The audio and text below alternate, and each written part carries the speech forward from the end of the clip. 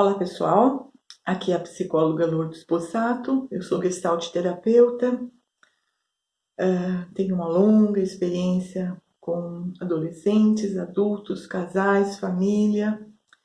E eu gostaria de falar hoje sobre um tema assim bastante interessante que me foi solicitado, que é exatamente o aspecto da solidão após a perda de entes queridos. Como lidar com as dores emocionais por conta de perdas, frustrações e decepções? E também quanto ao apego aos pais, aos outros membros da família, de modo que nem a pessoa segue a vida dela e nem ela deixa os outros membros da família seguirem a própria vida. Nós precisamos entender, no primeiro aspecto, o nosso eu emocional. É aquilo que eu chamo de eu emocional infantil ou corpo emocional. Nós crescemos, nós nos tornamos adultos, nós temos experiências de vida como adultos, mas o nosso corpo emocional, na maioria das vezes, para no tempo. Então vamos nos lembrar, nós estivemos no útero das nossas mães, nós nascemos e no momento em que foi cortado aquele cordão umbilical, você passou a respirar e tudo aconteceu dentro do seu organismo, às ordens da sua natureza e do seu próprio organismo. Nós sofremos, sim, de uma espécie de dependência real nos primeiros anos da nossa vida, 2 anos e meio, que é quando nós realmente dependemos de alguém que cuide de nós. Então, para o bebê, não há uma diferença entre a mãe e ele, tá? É como se fosse uma coisa só. Lá pelos 2 anos e pouco, a criança começa a ter uma referência auto-eu. E na maioria das vezes ele não fala eu, ele fala nenê quer, fulano quer, né? Quer dizer, ele ainda não se apercebe de uma identidade própria que vai acontecer um pouquinho mais tarde. Então nós sofremos sim de uma dependência real, porque se você largar uma criança sozinha, né, recém-nascida, ele morre, tá? Então nós temos a partir daí um instinto de sobrevivência. Nós viemos para cá para sobreviver. Então nós estamos dentro de um meio como uma espécie de vaso vazio e vamos absorvendo conceitos que essa família vai colocando na nossa mente. Importantíssimo lembrar aqui que ninguém é vítima. Nós nascemos no lugar certo, com os pais certos, na família certa, então, né, não vamos brigar. Lembrando que também não é para exercer condenação, tá? Não é para culpar, na medida que nossos pais, nossa família, fez sim aquilo que ela podia. Os pais fizeram aquilo que eles sabiam, porque eles também têm encrencas emocionais, buracos emocionais que não resolveram, tá? E nós estávamos lá para trabalhar a nossa proposta kármica, então ninguém é vítima, certo? Mas a partir do momento que nós estivemos lá e recebemos uma série de conteúdos, nós fomos criando, por conta da nossa dependência real, nós fomos criando mecanismos de sobrevivência. Mecanismos de sobrevivência, o que é isso? São aquelas crenças e aquelas conclusões que nós chegamos quando criança daquilo que nós precisamos ser. É o que eu sempre falo. A Gestalt terapia, que é a minha linha de atuação, fala isso. Nós temos uma personalidade formatada, todos nós.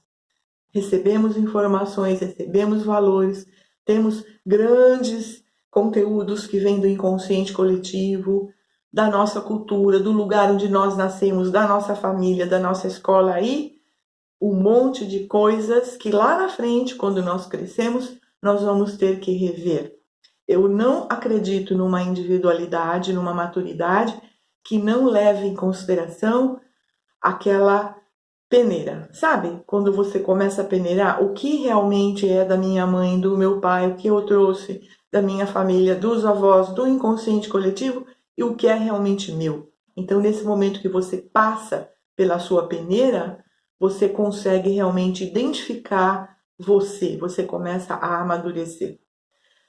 Então, voltando à nossa infância, quando nós introjetamos crenças de dependência, tá? Crenças de uma super responsabilidade, nós passamos a ser dependentes emocionais, tá?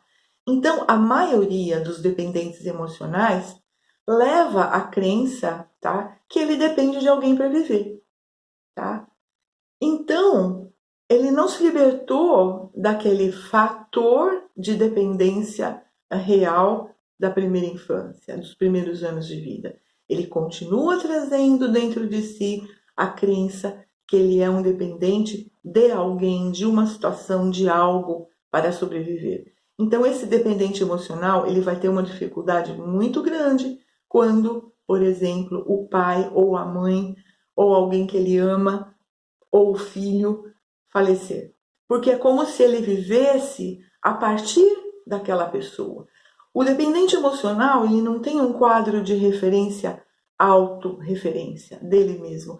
É como se ele se visse e se percebesse a partir do outro, a partir do que ele faz para o outro e a partir da resposta que o outro dá a ele, tá? Então é muito importante quando você não consegue lidar com perdas de entes queridos, que você reveja as suas crenças de dependência emocional. Perceber que elas são totalmente ilusórias, tá?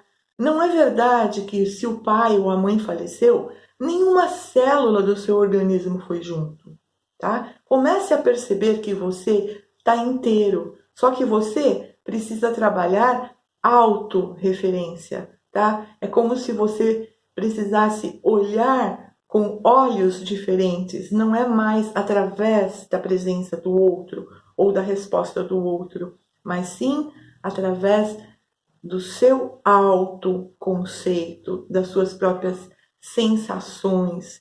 E aqui é que entra com muita importância e muita necessidade o processo de autoconhecimento, para que você se sinta, para que você perceba como você age, em função de que você age, para que você perceba potenciais, força, inteligência que você tem. Olha só, o dependente emocional, tá? Aquele que cuida demais do outro, porque ele depende desse outro, ele usa quais potenciais? Os dele, autopotenciais, sabe?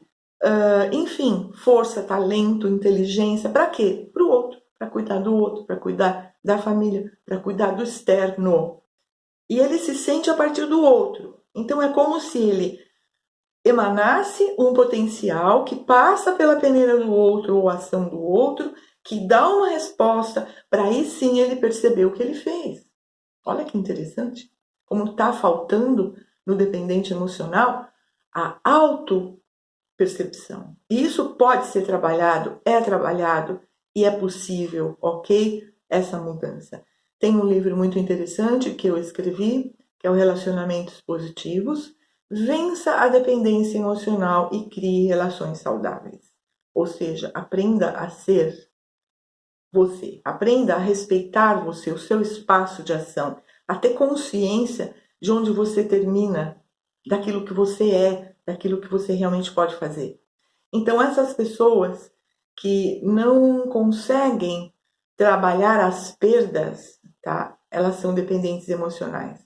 Aquelas pessoas que não deixam o outro seguir, né? O filho quer estudar fora, quer fazer um intercâmbio. Amanhã, não. Nossa, você vai me matar de preocupação. E essa chantagem toda emocional é o que a gente chama de egoísmo, tá? O egoísta é aquele que convence o outro a fazer o que ele quer. Interessante como o dependente emocional acaba sendo egoísta. Olha que interessante, né? Então, a autorresponsabilidade é cuidar de si. Não tem como, né? A natureza é muito sábia. Ninguém dorme para você, ninguém come para você. Nós somos unos, né? Indivíduos únicos. E nosso organismo trabalha ao nosso favor. E somos nós que precisamos cuidar de nós. Cada um cuidando de si. A responsabilidade pelo outro é relativa. Nesse livro, Relacionamentos Positivos, eu abordo muito isso, porque claro que você é responsável pelo relacionamento com o outro, 50%. Então, gente, eu realmente não vitimizo, tá? aquela pessoa que, por exemplo, tem um relacionamento onde ela é submissa. Ela é submissa porque ela é submissa. Não existe um submisso se não houver um dominador e vice-versa. Tá? Um alimenta a neura do outro. Então, leia o livro que você vai se achar lá, né?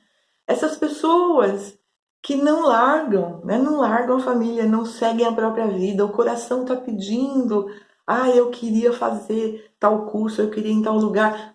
Não, só se fulano for sócio, se ciclano não sei o que lá. Quer dizer, então ela precisa de companhia, ela precisa de apoio, ela precisa do outro, dependência emocional, de novo. Então olha quantos quadros, quantas facetas dessa dependência emocional.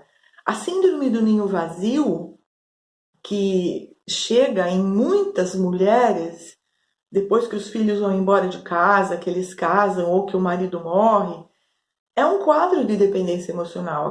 Aquela pessoa que não viveu para ela. Ela aprendeu desde criança a viver para alguém, a depender de alguém, a fazer para alguém, para esse alguém gostar dela, para ela ser aceita, para ela ser amada. Então, quando todo mundo vai embora, seja porque vai mesmo ou porque morre, ela se sente no vazio absoluto. Só que veja, esse vazio sempre esteve lá. Ela só vai perceber o vazio quando o outro for embora. Então, por isso que eu enfatizo. O dependente emocional é aquele que se vê através do outro. É aquele que se sente através da presença do outro, tá? Essa é a dependência. Olha o lance aí da simbiose. Então, quando o outro não está, ele começa a perceber o vaziozão enorme que sempre esteve lá. Então veja, não vamos criticar as nossas crenças lá da infância que nós aprendemos a ter, porque nós nos defendemos, era aquilo que nós sabíamos, tá? Passamos por isso, faz parte do nosso crescimento. Só que quando a gente chega num determinado ponto, onde você começa a sofrer, tá? O que significa isso? A vida está chamando a sua atenção. A natureza em você está chamando a sua atenção. É como se a natureza falasse, olha, aqueles comportamentos lá que você aprendeu não servem mais. Serviam lá na infância. Serviam enquanto você não era capaz de se virar. Agora que você é responsável por você, que você cresceu, você precisa assumir responsabilidade por si mesmo. Você precisa se bancar. Então veja, a vida chamando a atenção, a vida puxando o tapete através do sofrimento. Então vem quadros de depressão, de ansiedade generalizada, o medo de perder o outro, o medo do que o outro vai embora, o medo de ficar sozinha, o medo de deixar as pessoas seguirem, o medo de seguir a própria vida. Sempre traduz esse quadro de dependência. E que eu informo, tem cura, tá? Tem jeito, depressão tem cura, síndrome de ansiedade tem cura, síndrome do pânico tem cura, tá? Só que precisa sim de um trabalho de terapia, de autoconhecimento, para você perceber quem você é.